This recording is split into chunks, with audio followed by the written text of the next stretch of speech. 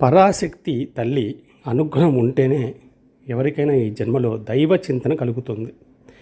ఆ దిశగా సాధన అందుతుంది. అలాగే సిద్ధి కూడా పొందగలుగుతారు.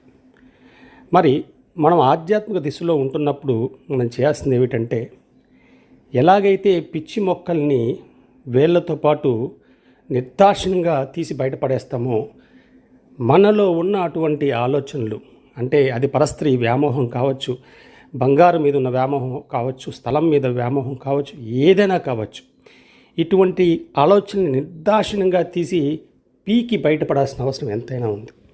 ఎందుకంటే మనము ఎప్పుడైతే ఈ సాధనలో ఉన్నామో మనకి వీటితో పని లేదు. పని లేనప్పుడు మన మనసు ఊరుకునే వాటిని దగ్గరికి వెళ్ళి ఆ మోహాన్ని క్రియేట్ చేస్తూ ఉంటుంది. మనం నిర్దాక్షిణ్యంగా వాటిని తీసేసి ఆ భగవంతుని యొక్క పాదాలని ఆశ్రయిస్తే ఈ మానవ జన్మ సార్థకతం అవుతుంది.